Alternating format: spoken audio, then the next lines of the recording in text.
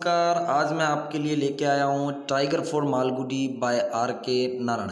ये tiger for Malgudi are K Narayan द्वारा लिखा हुआ एक बहुत ही फेमस नॉवल है जो कि 1984 के अंदर पब्लिश कराया गया था। चलिए नज़र डालते हैं इसके कैरेक्टर्स पे। इस नॉवल के अंदर जो मेन कैरेक्टर है, जो प्रोटागोनिस्ट है स्टोरी का, वो है राजा, जो कि एक टाइगर होता है।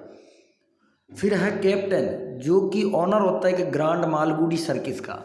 मालगुडी शहर के अंदर जो सर्कस चल रहा है तो उस सर्कस का जो मालिक होता है वो कैप्टन होता है, और कैप्टन की पत्नी होती है रीता।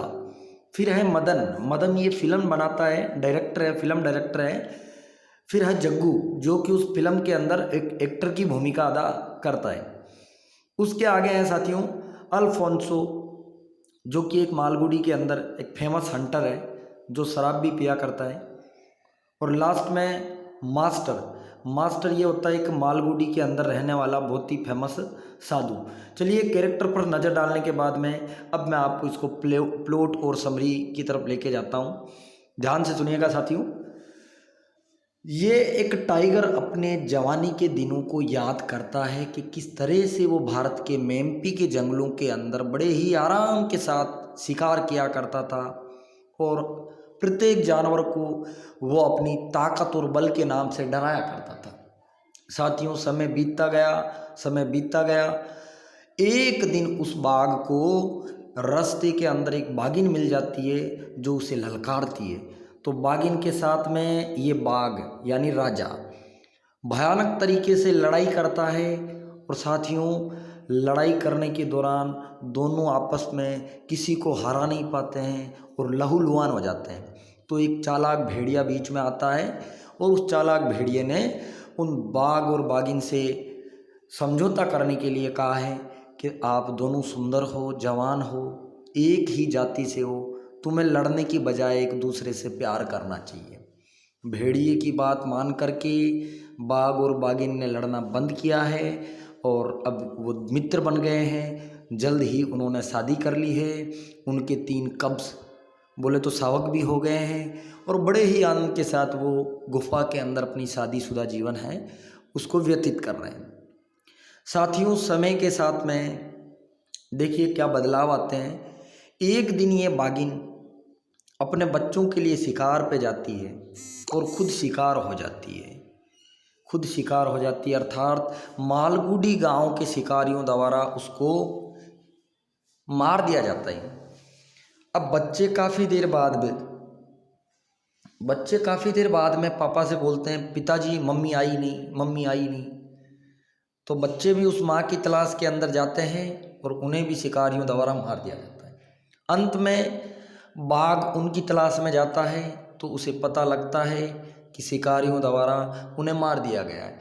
अब राजा जो टाइगर है बहुत ज़्यादा क्रोधित हो जाता है। उसे इतना क्रोध आता है कि वो गांव मालगुडी के अंदर जाकर के वहाँ पर रहने वाले लोगों के सभी जानवरों पर हमला कर देता है। और इस दहशत की वजह से गांव वाले एक सर्कस चलाने वाले कैप्टन से संपर्क करते हैं, कैप्टन से निवेदन करते हैं कि कैप्टन साहब आप इस बाघ को ले जाइए, वरना ये हमारा जीना हराम कर देगा। कैप्टन जो कि बाघ को कंट्रोल करना अच्छे से जानता है, वो राजा को पकड़ के अपने सर्किस के अंदर शामिल कर लेता है, और राजा को कैप्टन और उसकी पत्नी रीता द्वारा विविध प्रकार की ट्रेनिंग दी जाती है, जैसे फेंस के चारों ओर घूमने की, आग के घेरे से कूदने की, बकरी का दूध पीने की आदि। अब जो राजा है वो सर्कस के अंदर बड़े ही स्टंट ढंग से कर लेता है, लेकिन अंत के अंदर एक दिन क्रोधित होकर के राजा जो टाइगर है वो बकरी को खा जाता है। बकरी को खाने के बाद में कैप्टन ने क्रोधित होकर के उस बाघ को यानी राजा को इस सर्कस से बाहर कर दिया। फिर एक मदन नाम का एक व्यक्ति आता है जो कि साथियों फिल्म डायरेक्टर है। वो एक ऑफर रखता है कैप्टन के आगे कि इस बाघ को आप मेरे हवाले कर दीजिए, हम एक फ़िल्म बनाते हैं। तो साथियों वो फिल्म बना रहे होते हैं जिसके अंदर कैप्टन खुद भी एक रोल प्ले कर रहा होता है, लेकिन बीच के अंदर एक घटना होती है, और वो घटना ये होती है कि राजा क्रोधित होकर के उस कैप्टन को मार डालता, उस पर हमला कर देता है, और उसके बाद में उस फिल्म से बचकर चला जाता है। अब ये बाघ जो राजा है वो माल के अंदर एंटर हो जाता है, वहाँ पर घूमता है नीडर होकर के, कैफ़े के अंदर जाता है। और एक दिन तो ये स्कूल के अंदर चला गया था बच्चों के पीछे पीछे और जाके प्रिंसिपल के ऑफिस के अंदर सो गया था। प्रिंसिपल डरा हुआ था, सभी टीचर डरे हुए थे, सभी विद्यार्थी डरे हुए थे। तो वहाँ गांव वालों ने, स्कूल के आसपास के जो भी पेरीफेरी में लोग थे, उन्होंने एक बहुत फेमस हंटर अल्फोंसो को बुलाया। और अल्फोंसो ने शराब पी रखी थी और इतनी ज़्यादा पी रखी थी कि वो बाघ जो कि राजा है उसको हंट नहीं कर पा रहा है, उसको मार नहीं पा रहा है। और ऑफिस के आगे अल्फोंसो है वो गिर जाता है शराब के नशे में। फिर स्कूल के आसपास के लोग याद करते हैं कि किस तरह से एक साधु है वो एक बाघ से भी बात कर सकता है, जानवरों को कंट्रोल करना अच्छे से जानता है। तो उस मोंक, जिसका मास्टर भी नाम इस नोवेल के अंदर आता है, तो मास्टर आता है सीधा ऑफिस के अंदर जाता है और उस बाघ को पता नहीं क्या समझाता है कि थोड़ी देर बाद में बाघ और वो मास्टर जो है वो ऑफिस से बाहर आ रहे होते हैं। साथियों, अब बाघ और ये जो मास्टर है वो साथ साथ में रहना प्रारंभ हो गए हैं और किसी गुफा के अंदर जाकर के इन्होंने अपना बसेरा कर लिया है। और बहुत सारे जो लोग हैं वो गुफा के अंदर इस साधु और बाघ से मिलने के लिए जाते हैं। ये दृश्य देख करके हर किसी को अजीब लगता है कि किस तरह से एक मनुष्य और एक जानवर गुफा के अंदर साथ जीवन यापन कर रहे हैं।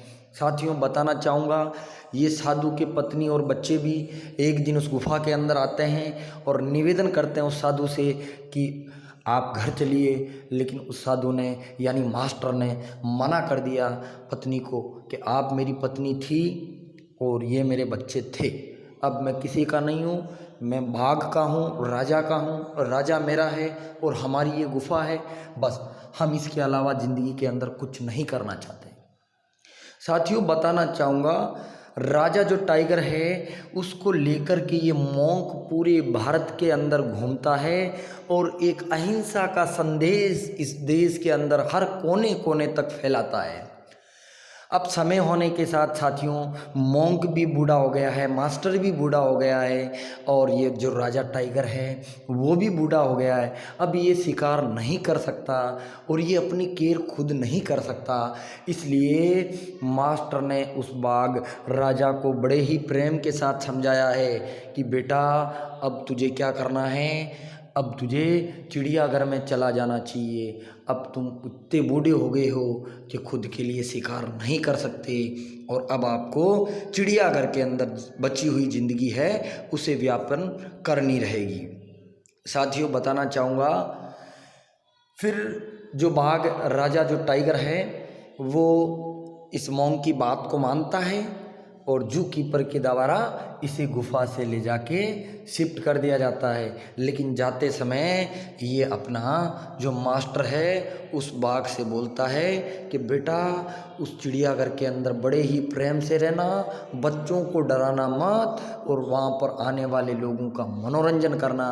और मोंक की ये बात बाघ इशारों के अंदर समझ जाता है और मोंक ने जाते समय विदाई के समय ये भी बोला है कि हम जब मरेंगे तो स्वर्ग के अंदर एक दूसरे से ज़रूर मिलेंगे। इसी के साथ साथियों ये नॉवल इस तरह से ख़त्म हो जाती है। यदि नॉवल आपको अच्छी लगी साथियों तो कमेंट करके ज़रूर बताइएगा। मैं इसका पूरा समरी और पूरा एक एक कैरेक्टर है उसका वर्णन भी आपके आगे कर दूंगा। आप सभी का बहुत बहुत धन्यवाद।